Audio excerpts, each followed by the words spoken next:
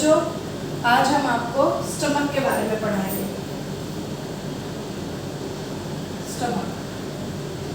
Stomach होता क्या है? आपकी जो ग्रास नली होती है या जो बक्कल कैविटी या मुख गुहा होती है, वहाँ से जब आप भोजन ग्रहण करते हो अपने माउथ से जब आप भोजन ग्रहण करते हो तो आपकी मुख गुहा से होते हुए वो आपकी ग्रास नली में पहुँचता है और ग्रास नली से होते हुए वो आपके पेट में पहुँचता है। तो भोजन भी जब डाइजेस्ट होता है तो भोजन के जो पार्ट्स होते हैं, जैसे आप प्रोटीन युक्त भोजन करते हो या प्रोटीनस जो भी फूड सब्सटेंस लेते हो या फैटी जो भी आप भोजन लेते हो और मिल्क वगैरह जो भी लेते हो आप, जो प्रोटीनस जो भी आप भोजन लेते हो, तो वो जाकर के अपने अपने पार्ट्स में डिवाइड हो जाता है। एंजाइम्स की उपस्थिति में हमारे जो स्टमक में ऐसे एंजाइम्स होते हैं जो उनको जटिल तत्वों से सरल तत्वों में तोड़ते हैं। जब उनको तोड़ करके उनको इस तरीके से बना देते हैं लुब्धि निर्माण, जिसको बोले काइन। ये काइन के रूप में इकट्ठा हो जाते हैं और पाइलोरिक स्फिंक्टर से होते हैं। पाइलोरिक स्फिंक्टर इसलिए बोला जाता है, ये जो आपका स्टमक है, इसका ये जो पार्ट होता है इसको पाइलोरिक पार्ट बोलते हैं। ये पाइलोरिक पार्ट में एक स्फिंक्टर होता है, पाइलोरिक स्फिंक्टर इस टाइप का, अपर और ऐसे, ये पाइलोरिक स्फिंक्टर होता है। तो इसमें क्या होता है, जब आप भोजन ग्रहण करते हैं, भोजन खाते हैं, तो जब इसमें आपका कॉन्ट्रैक्शन, ये जो आपका पाइलोरिक जो स्फिंक्टर होता है उसमें पेरिस्टाल्सिस एक होती है। पेरिस्टाल्सिस एक क्रिया होती है जिसमें क्या होता है, भोजन में क्रमाकुंचन होता है। मतलब भोजन में क्रमाकुंचन होता है और मूवमेंट होता है। तो जो मूवमेंट होता है भोजन में, तो क्या करता है, जब पाइलोरिक स्फिंक्टर की तरफ बढ़ता है तो जब वो डिओडेनम या जो बड़ी आंत की तरफ बढ़ने की कोशिश करता है, तो बड़ी आंत पे बढ़ने की कोशिश करता है, तो क्या होता है, जो डिओडेनम होता है वो उसको फिर पीछे स्टमक की तरफ ढकेलता है। स्टमक की तरफ ढकेलने के बाद क्या होता है, स्टमक की तरफ ढकेलता है, जिससे फिर उसमें शिथिला, ये आपकी जो पेरिस्टाल्सिस क्रमाकुंचन और मूवमेंट जो होता है, उससे क्या होता है, भोजन अच्छी तरीके से जो होता है मैश हो जाता है और अच्छी तरीके से मैश होकर के काइन एक लुब्धि के रूप में बना देता है।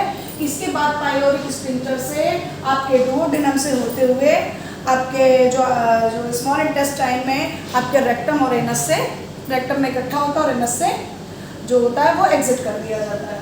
अब देखिए, आपको एक चीज़ और बताएं, जब आप भोजन लेते हो तो जो भोजन पहुंचता है जब स्टमक में, तो क्या होता है, जो स्टमक की जो दीवार होती है, जो स्टमक की ये जो दीवार होती है, बॉडी ऑफ स्टमक, ये क्या होती है, बहुत ही एक तरीके से फ्लेक्सिबल होती है, बहुत ही ज़्यादा फ्लेक्सिबल होती है।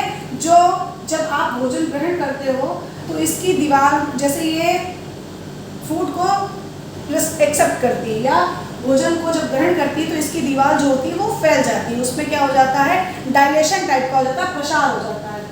तो एक तरीके से जो आपका स्टमक है, इसको हम लोग फूड रिजर्वायर बोलते हैं।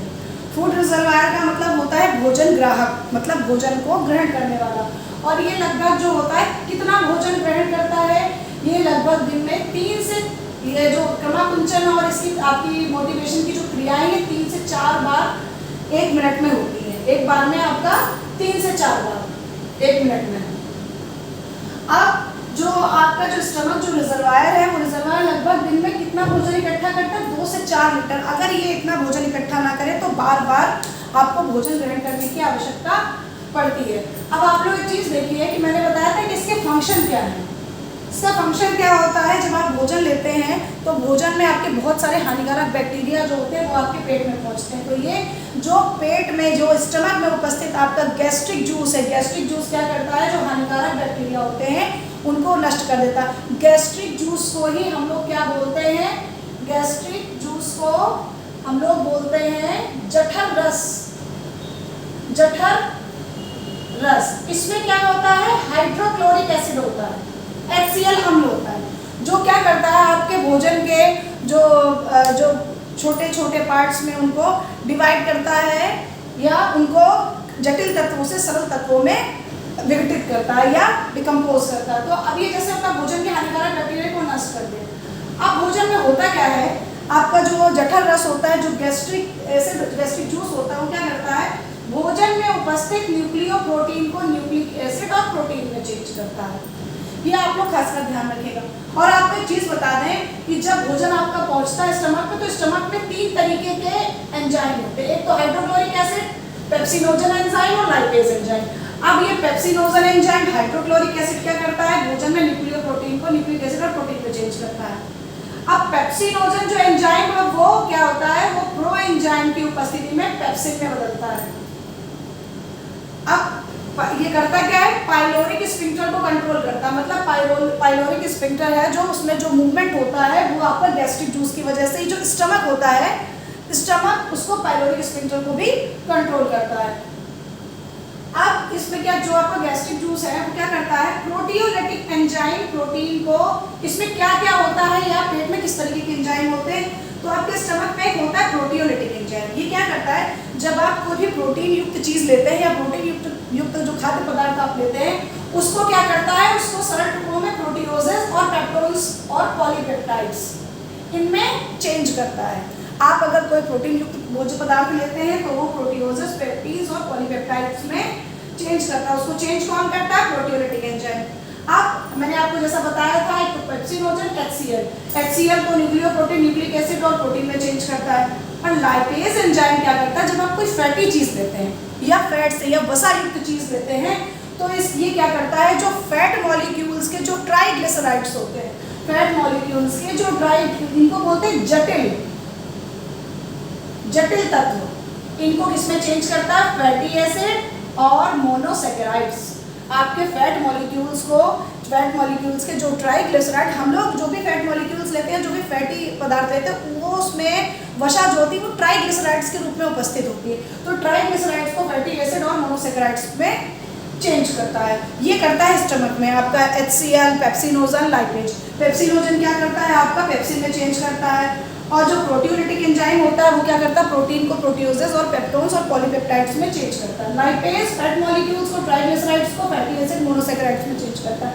अब एक चीज मैं आपसे बताना चाहूंगी कि जैसे हम लोग मिल्क लेते हैं, तो मिल्क को कौन सा एंजाइम डाइजेस्ट करने के लिए, मिल्क को कौन सा एंजाइम डाइजेस्ट करता है, तो मिल्क को डाइजेस्ट करने के लिए जो मिल्क में, क्योंकि आपकी प्रोटीन होती है, प्रोटीन को के लिए कौन सी है, रेनिन। ये मिल्क को डाइजेस्ट करने के लिए प्रोटीन, इसकी मिल्क की जो प्रोटीन होती है उसको डाइजेस्ट करने के लिए रेनिन जो होता है, ये एंजाइम होता है, रेनिन एंजाइम आवश्यक होता है। लेकिन ये रेनिन एंजाइम जो होता है, ये होता किसमें है, ये शिशुओं के स्टमक में होता है या बच्चों के स्टमक में होता है। अब ये आया आपका, अब ये है कि जो वयस्क जो मिल्क लेते हैं, तो उनके जो मिल्क में प्रोटीन होता है वो कैसे चेंज होता है, वो होता है पेप्सिन। वयस्कों के मिल्क में जो प्रोटीन होता है उसको कौन डाइजेस्ट करता है, पेप्सिन। और दूध में कौन सी प्रोटीन है, दूध में हमेशा केसीन नाम की प्रोटीन होती है, जिसको कौन डाइजेस्ट करता है, रेनिन। तो आशा है कि ये जो आज की वीडियो मैंने आपके सामने प्रस्तुत की या डिस्क्राइब की, ये आपको अच्छे से समझ में आ गई होगी। और अगर आपको समझ में आए तो बच्चों ज़्यादा से ज़्यादा लाइक, शेयर, कमेंट और सब्सक्राइब करें। धन्यवाद।